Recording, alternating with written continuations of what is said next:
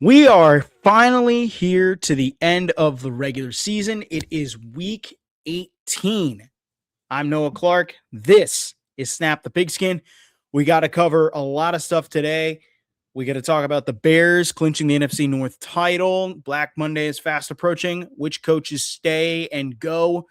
The Lions eliminated from the playoffs, and Brian Flores deserving a head coaching job after his incredible performance against the Lions. And our winning in games, division title matchups on the last weekend of the season before the postseason. Who's going to get in and who is not? So let's get right into it. We're going to go through these relatively quickly here because it is a Friday for me. And we have, and so I'm going to try and get through all this stuff really quickly. It's a Friday. Games are actually on Saturday. And then there's games on Sunday. No Monday night game, no Thursday night game. So I'm recording this on a Friday. So you guys will be getting this episode out here as soon as possible.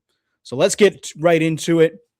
We talk about the Chicago Bears clinching the NFC North title for the first time since 2018. That was the last time Chicago clinched a playoff spot, clinched a playoff spot because they did clinch one in 2020. But the last time the Bears won the division and got to host a home playoff game.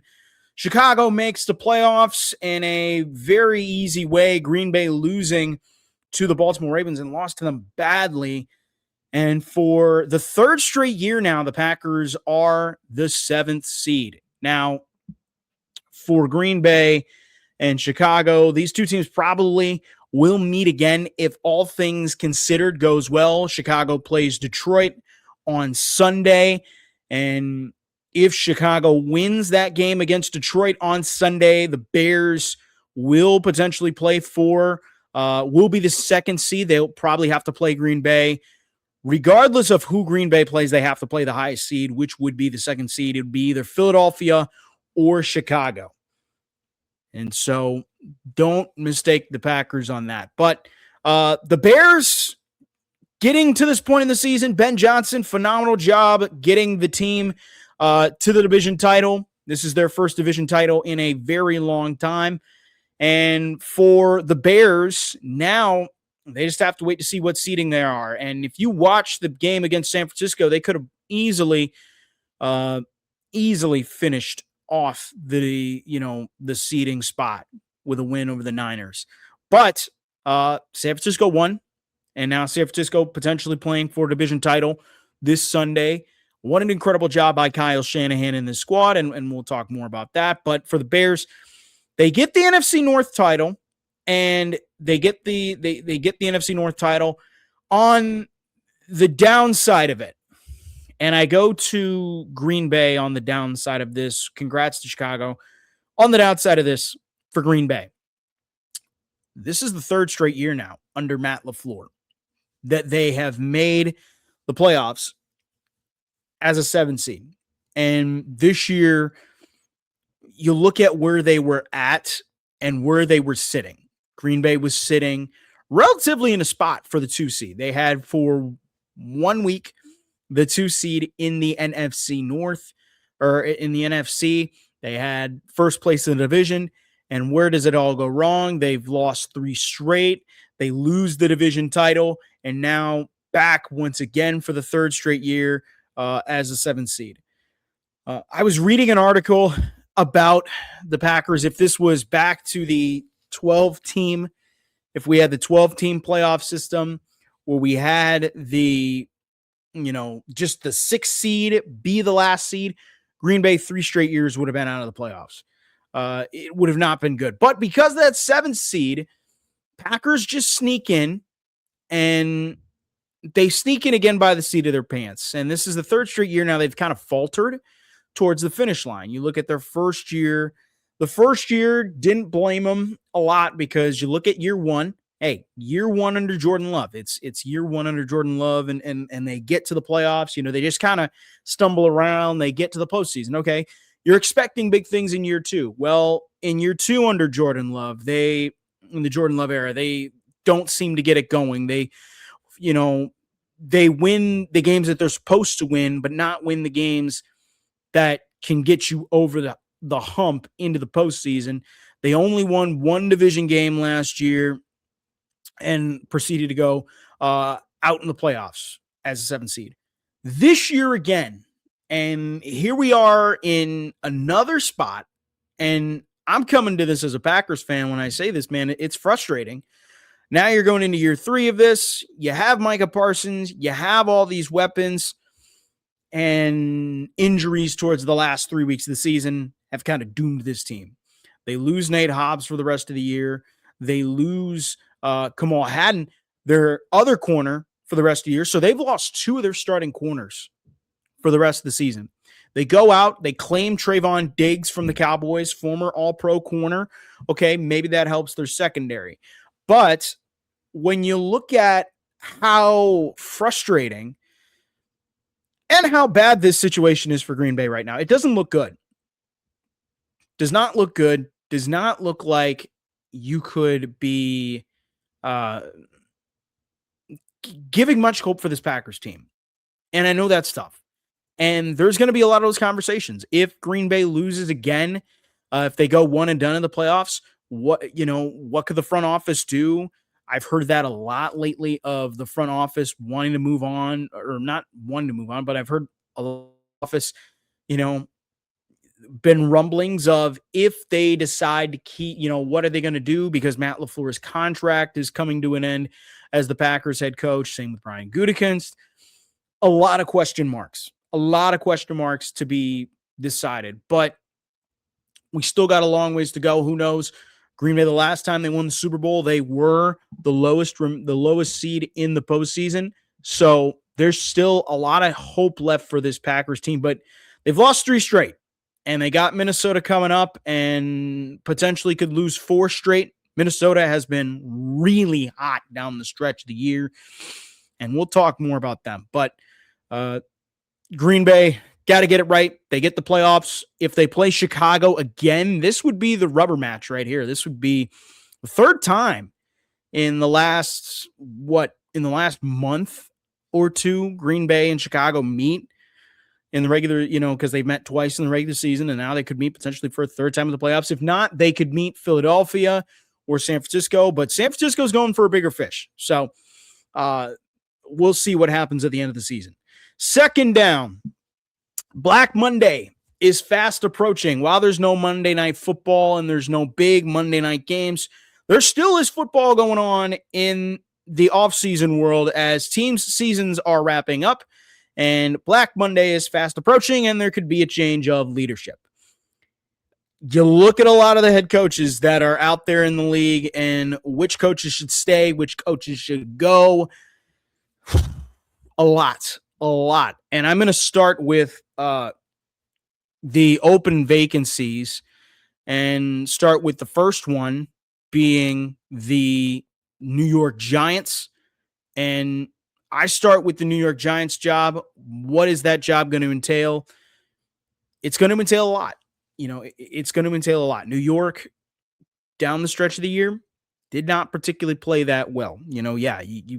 They had momentum. Let me put it this way. New York had a lot of momentum with Brian Dable. They started Jackson Dart over Russell Wilson by the 3rd week of the season. Jackson Dart actually does pretty well. He gets the team to some big wins. They pull off an upset against the Eagles on Thursday Night Football. And then Malik Neighbors goes down. Cam Scadabo's out for the season. It's basically curtains for the Giants at this point. And now the New York Giants just won a game against the Raiders where they could have had the number 1 overall pick, and they could have potentially gone for Fernando Mendoza. And they could have, things could have changed now. And now the Raiders get a chance to take Fernando Mendoza. If you're the New York Giants now, what do you do in that quarterback position? Do you stick with Jackson Dart? There's a lot of questions taking that job. Do you stick with Jackson Dart? Do you stick with, him for another year? You also have to keep in mind they do get Malik Neighbors back. They do get Cam Scadabo back. So those are 2 big boosts for the Giants next year on the offensive side. The bright spot, if you're a head coach, or I'll throw a name out there, Jeff Hafley. If you're a Jeff Hafley or a Brian Flores, the one bright spot you do have is that defensive line, and that defensive group. They have a really good defensive pairing. They have Kayvon Thibodeau, Brian Burns, Dexter Lawrence, Abdul Carter, if he can figure himself out. They have a really good front. They just need that leadership, and they need that guy that can come in and unlock that potential for the Giants. So, which coaches will stay and go. So that's the one open vacancy. The other one, the Tennessee Titans. Tennessee is another one. And the Titans job is very iffy to me, because they really aren't going anywhere anytime soon.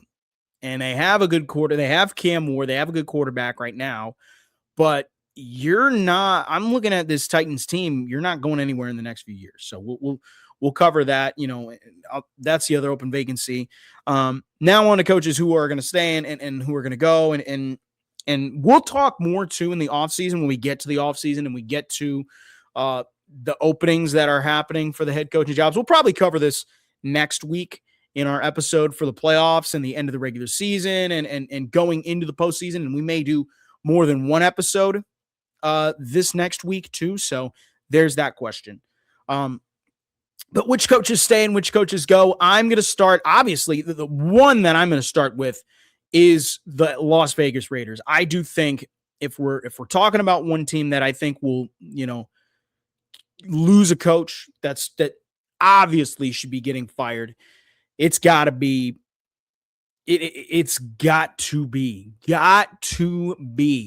the Las Vegas Raiders, and it's got to be Pete Carroll. Pete Carroll, I don't think is going to stay there for another year. I think if the Raiders want to get better, they have to find somebody. They have to find a voice in that locker room. They haven't had a really solid voice for this Raiders team the last several years. They've gone through right now, ever since they had John Gruden. John Gruden, mind you, is the only other coach that has lasted longer than 3+ seasons. You look at it, John Gruden, I believe, lasted 3 seasons, and then they let John Gruden go. They bring Rich Bisaccia on, and Bisaccia gets them to the playoffs, and then Bisaccia leaves, and now he's in Green Bay. That's a whole nother problem. But Bisaccia goes to Green Bay, and then they bring in Antonio Pierce, and, not Antonio Pierce. They bring in Josh McDaniels after John Gruden. And so that whole thing with McDaniels doesn't work. And McDaniels is only there for a year and a half. And they bring in Antonio Pierce, and he's only there for a year and a half. And so now here we are on Pete Carroll. They're on year 1 of this with Pete Carroll, and I don't see the Raiders going anywhere with Pete Carroll. And I hate to bring this up because I'm a big Pete Carroll guy. You look at what he did with Seattle, being able to keep that success from Mike Holmgren and what Holmgren brought into Seattle, to the fact of they were able to finish the job, win a Super Bowl with the Legion of Boom, get back to another Super Bowl with them, and stay consistently a winner for so many years. That does bring a lot of success on Pete Carroll. But I look at this Raiders situation.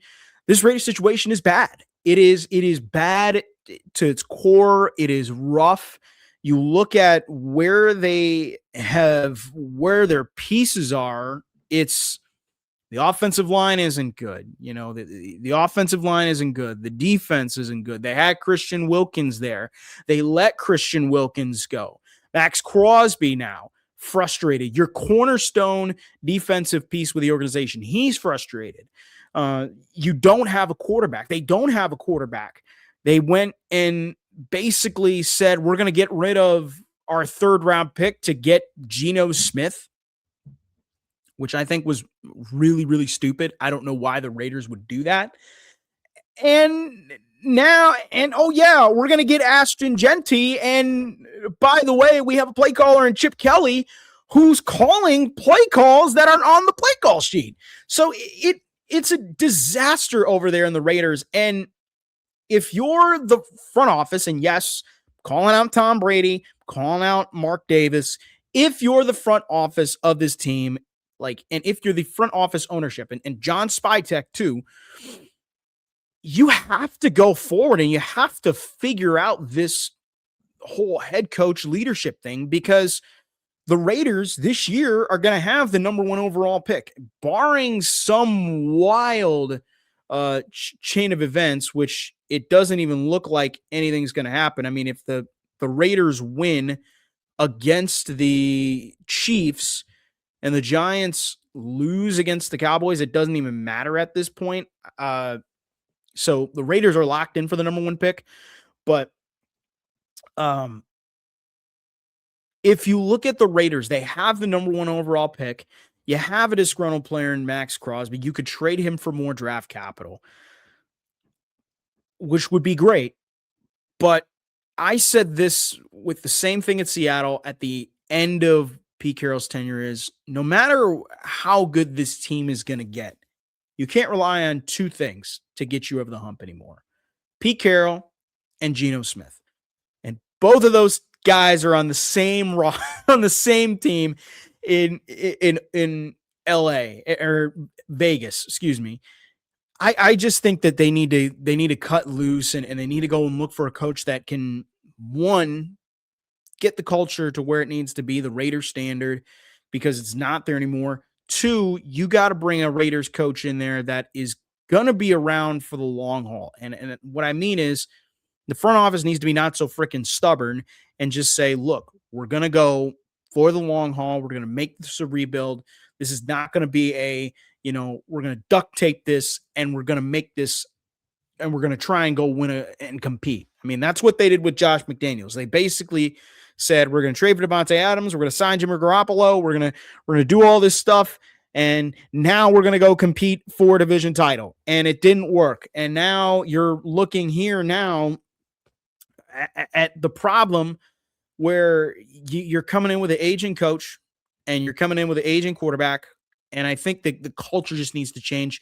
The offense just needs to change. They were so bad last year.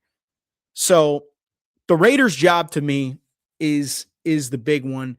One I do think is maybe an attractive job, maybe not, but I do think if we're looking at jobs that could be firing their coaches, the Raiders' job is the one to me that I think they should be firing their coach as of yesterday.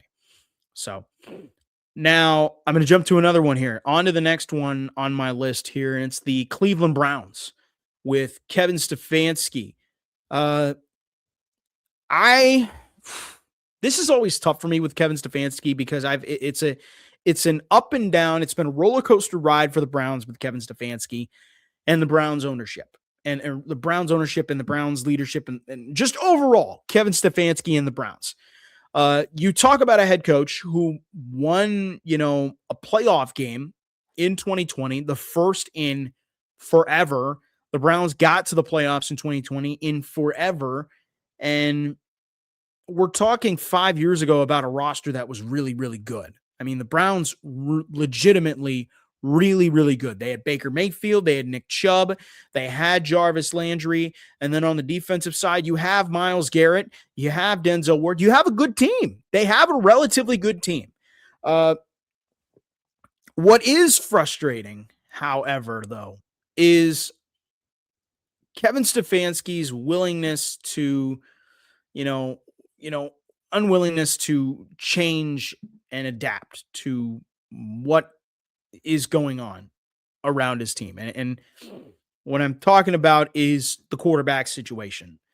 I do think if Kevin Stefanski, if there's the obvious fireable offense to the Browns, if there's one thing that you could nail down to why Kevin Stefanski could get fired and what the cause could be, it's because the quarterbacks. I mean, he's after Baker Mayfield, like they've just had a plethora of bad quarterback play.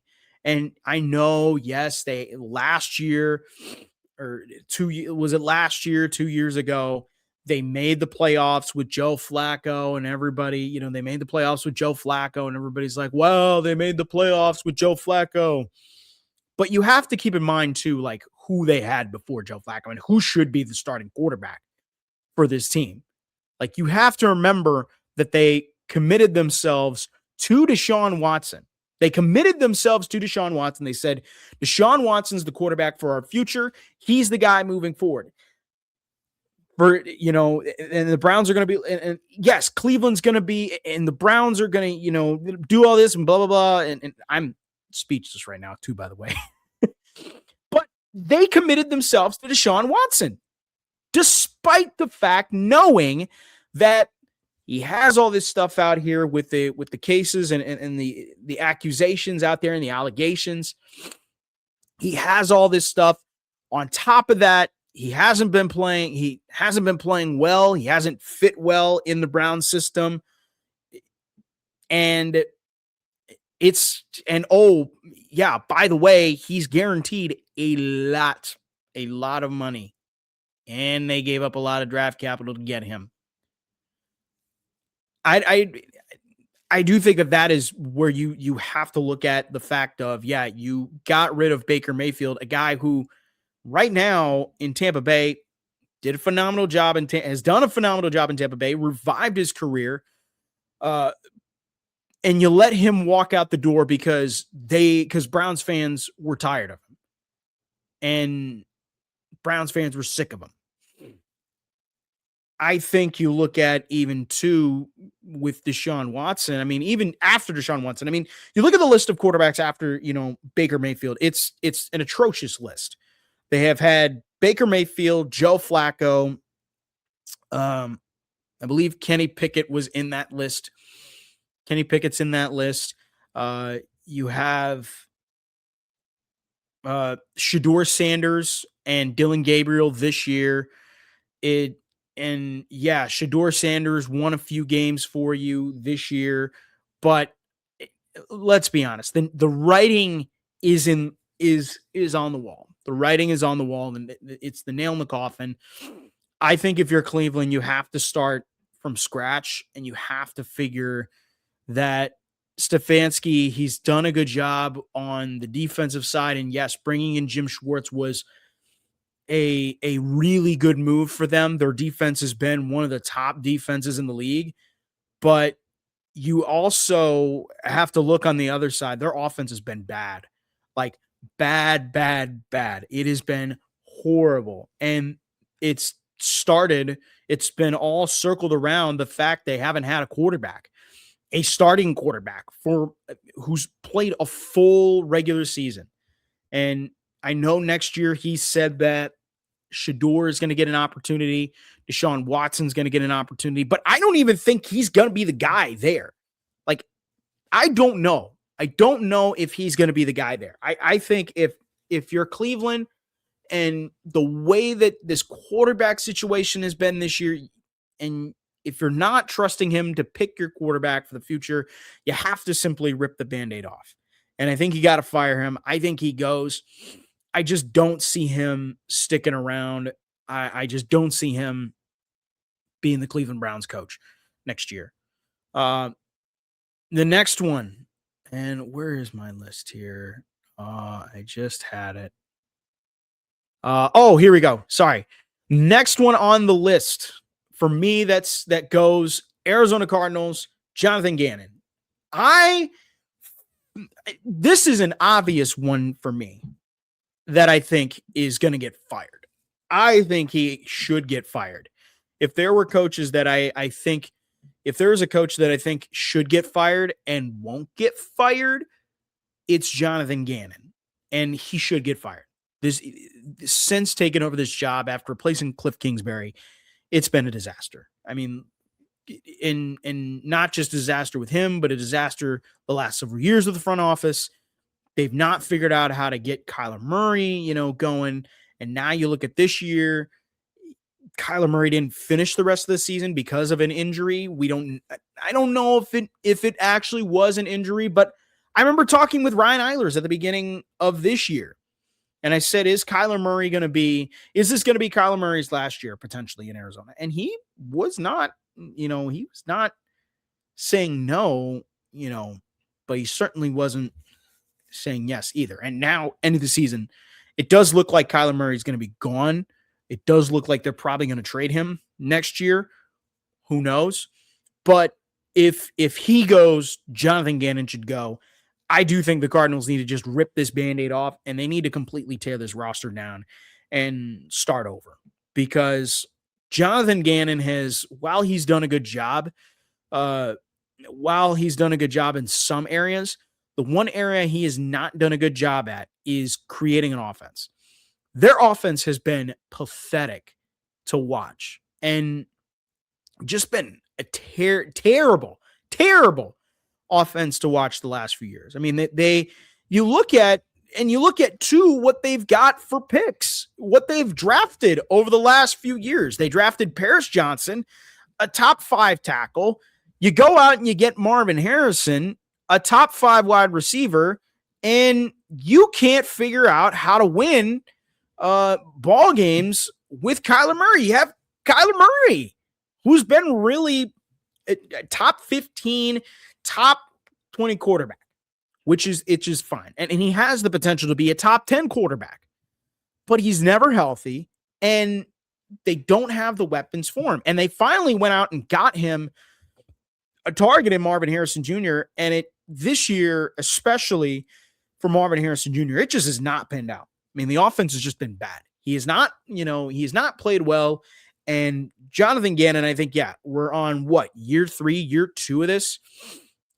I do think that he gets fired. I think you look at it, especially in the NFC West, when you have the Niners, the Rams, and now the Seahawks all being really competitive. You have to find a way to compete, and you need to find a coach that can get you to compete in that division.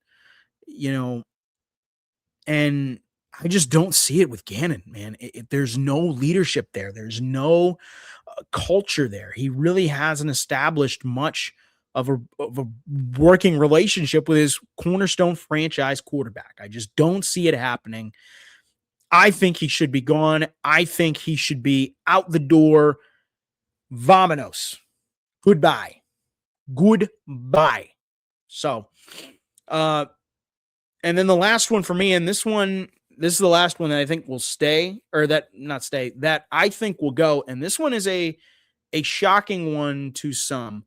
And it maybe not. Steelers head coach, Mike Tomlin. I'm putting Mike Tomlin on blast here because Mike Tomlin is going right now in the Jeff Fisher route where he's winning like 8-8, 8-8. He's winning 8-8 games. He's like middle of the pack. You can't fire him, because he's keeping your, there's some success there. There's some goodness there, but I just don't think when I look at the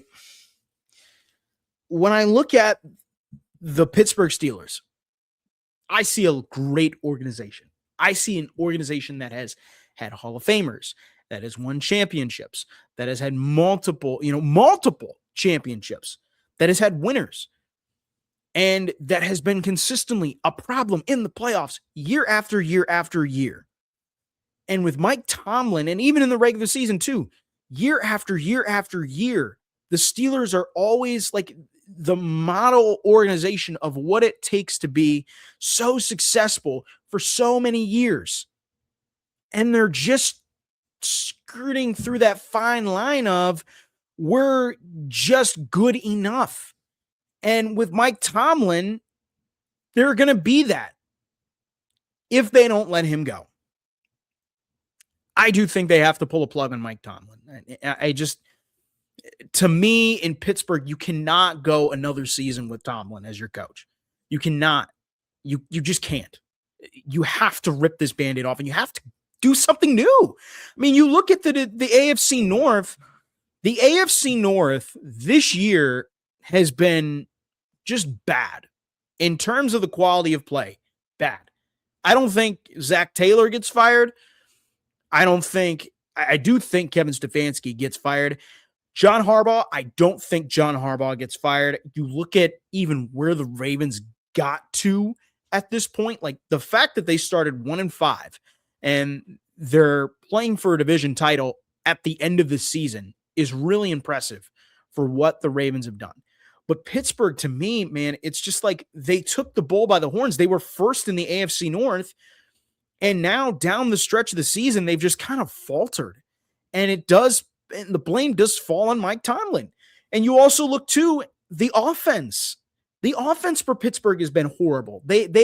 Arthur Smith has not been the answer at coach, or at play caller, at the OC position. He's not. Even if you have Aaron Rodgers, he's just not. Yet Mike Tomlin reminds you, had Matt Canada for several years and refused to fire him. And I know that, yes, everybody's going to want to say, Tomlin, he had all these winning records. He has the longest, he has more winning records than, any coach in NFL history. He's up there and da-da-da-da. That's wonderful. But you're not going to skirt along the lines of just another 9-8 season. And you're not going to skirt along the lines of just saying, we're just good enough. We're just good enough. They have to rip this Band-Aid off. If you're Pittsburgh, you have to rip this Band-Aid off. You have to. Because you can't sit here.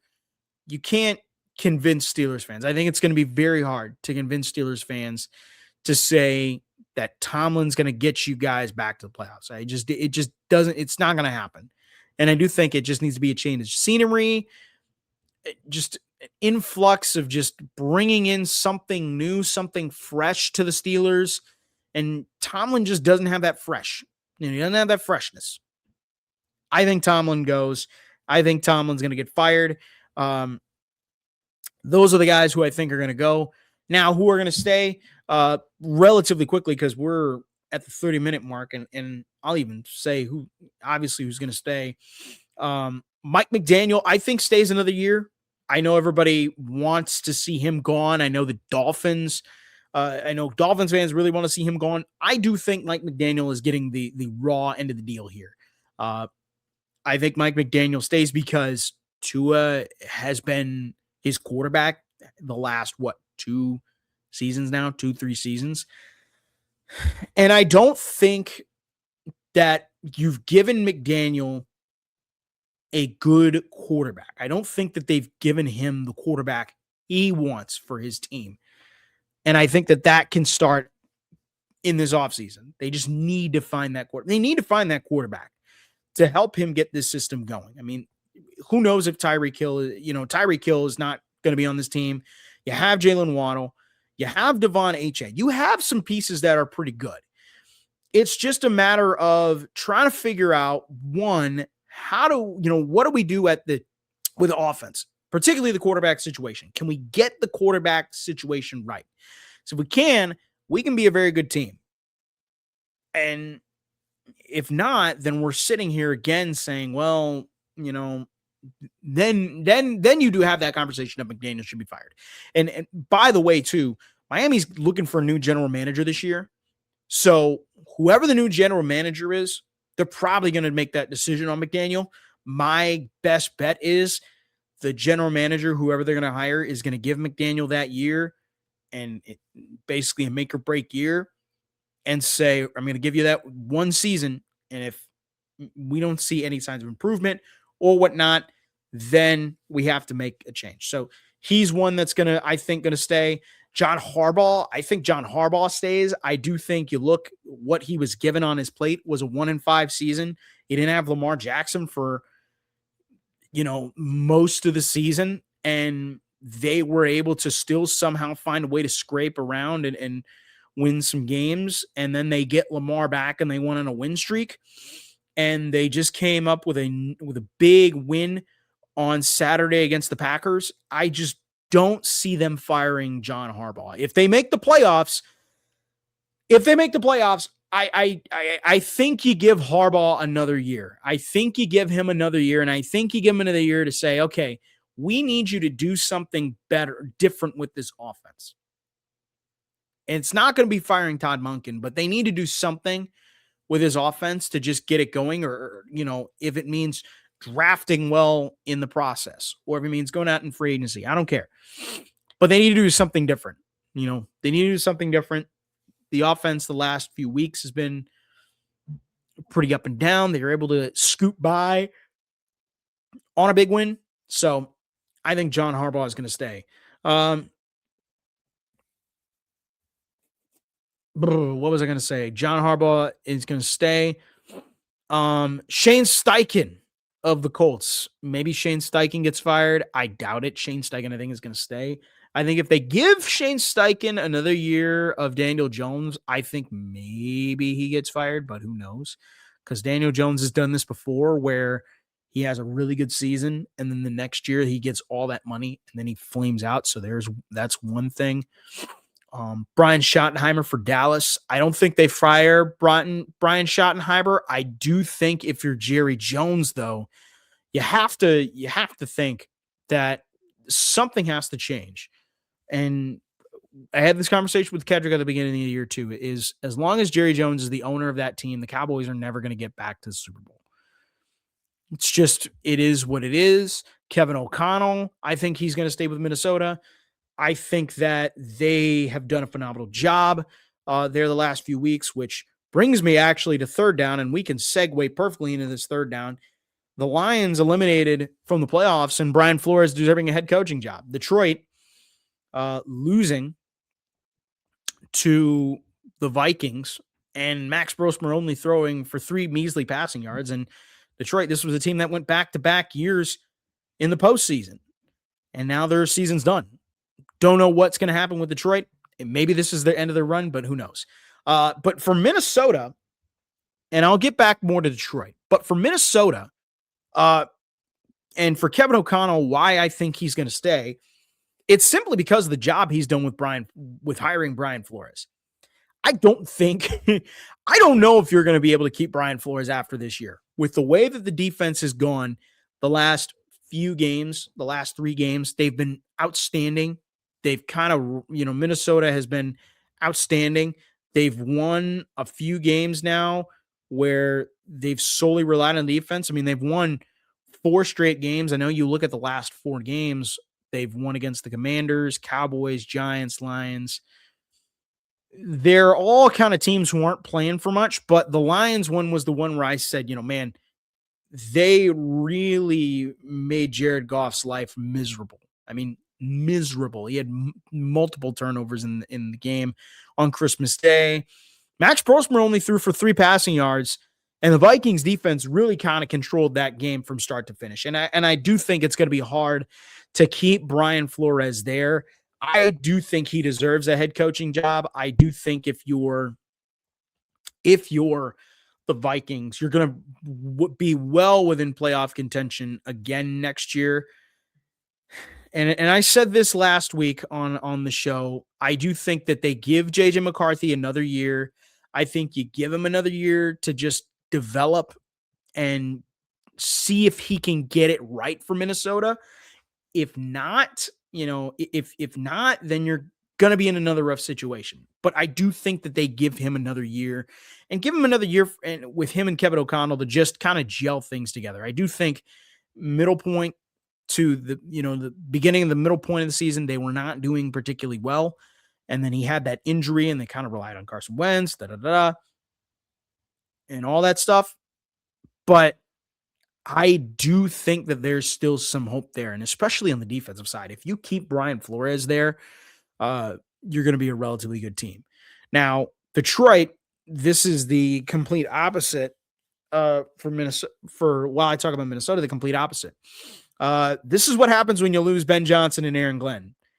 You're out of the playoffs, and we out of everybody this year that said which team is going to face the most regression, it is the Detroit Lions. They lose Ben Johnson, they lose Aaron Glenn, they lose a lot of their offensive and defensive staff on both sides of the ball on that squad. They have John Morton as their OC, and it doesn't go well with John Morton. Dan Campbell calls the plays.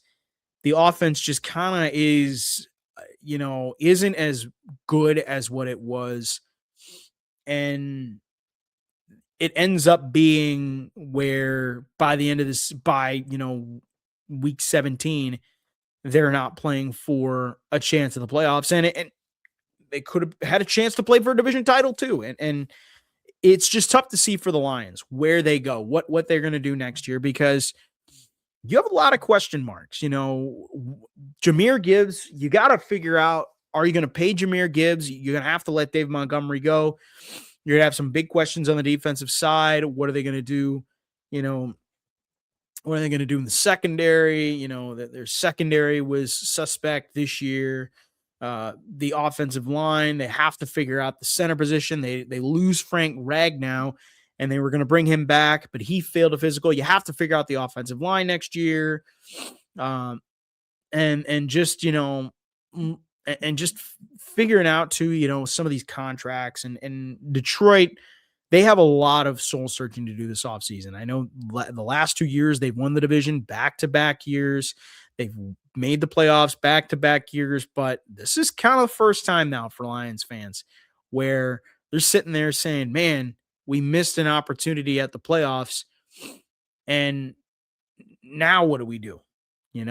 That's where they're sitting, and they're going to be scratching their head. In the North, the NFC North is just very interesting. It is a very interesting creature because we've seen every year all four teams drastically change the way, no matter what, it drastically changes where they finish by the end of the season. Like Detroit finished last 2 seasons ago, and the last couple of years, back-to-back playoff appearances, back-to-back division titles. Minnesota, they finished last or third place in division. It's been flip-flop. Green Bay, they've either finished first, or they've finished second or third. And then Chicago, they've finished last, but now all of a sudden they get Ben Johnson. Like, the NFC North has just been so wild and just so crazy. And it's kind of one of those divisions where it's like you don't know what's going to happen, from week 1 to week 18. Like, you don't know what's going to happen. Anything can happen in this division, and especially this year. So now on to fourth down. We're going to wrap up our show and get to bringing them the bacon and our pick in primetime picks. Winning in games. We are in week 18. The winning in games are here. Big matchups this weekend to decide the division title. For some, there are 2 games on Saturday night that could decide the division. The Panthers and the Bucks are playing. The Seahawks and the Niners are also playing on Saturday. I don't know how that game is not a Sunday night game. The Ravens and the Steelers also are playing on Sunday night. That'll be a huge one. And then the Jaguars potentially clinching their division this coming year. This coming week. But there are a few that are going to clinch the division. And so that have a chance to not only clinch the division, but also clinch a playoff spot. Can't wait. I can't wait. The one that I will say that will be interesting is the Panthers Bucks. That NFC South, man, no one wants to win that division.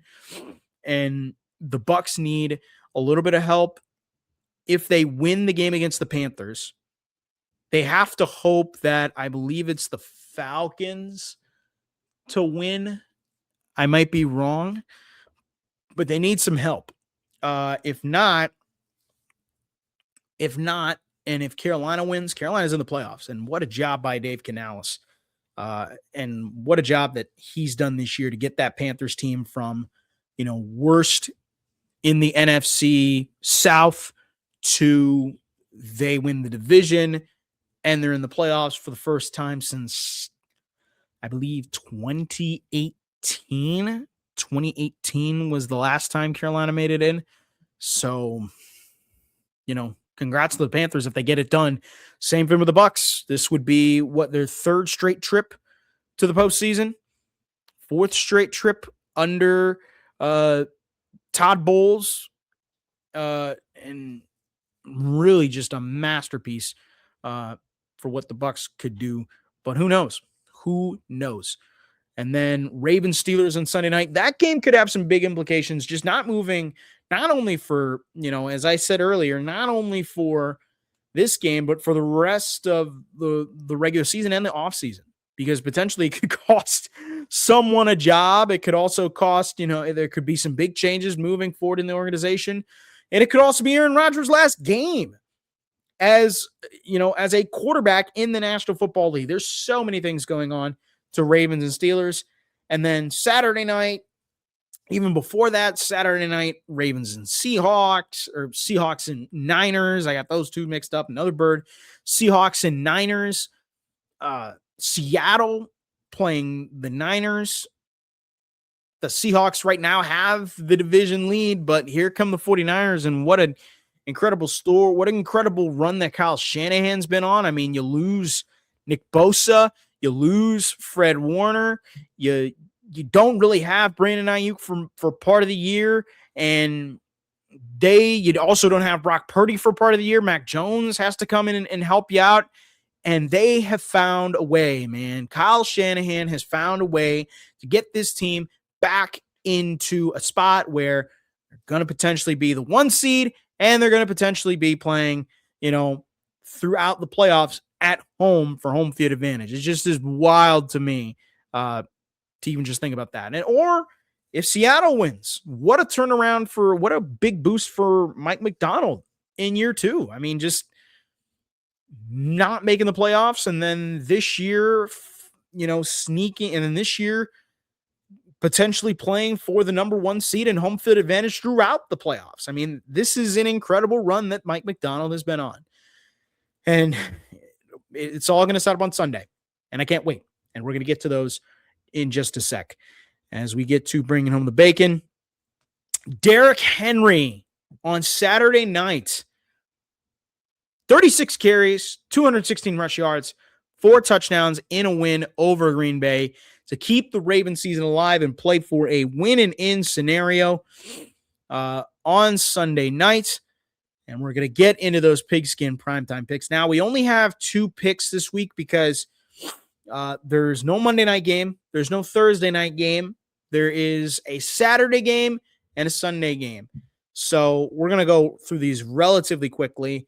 We start with the Seahawks and Niners. I got 49ers by 10 in this one. While Seattle has played well and they've done some good things, here and there, Seattle, I don't know if Sam Darnold is going to be able to face, well. I don't know how Sam Darnold is going to play well against this 49ers team. The Niners have been playing really well. They lost in week 1 at home against the Niners, 17-13. If you're Sam Darnold, you want to finish the season strong. The best way to finish this season strong is to beat the Niners. However, Kyle Shanahan, man, like when it gets to December and January, he is dialed in and he is locked in for the postseason. I got Niners winning this one by 10. And then the last one, Steelers and the Ravens at Steelers. This is in Pittsburgh.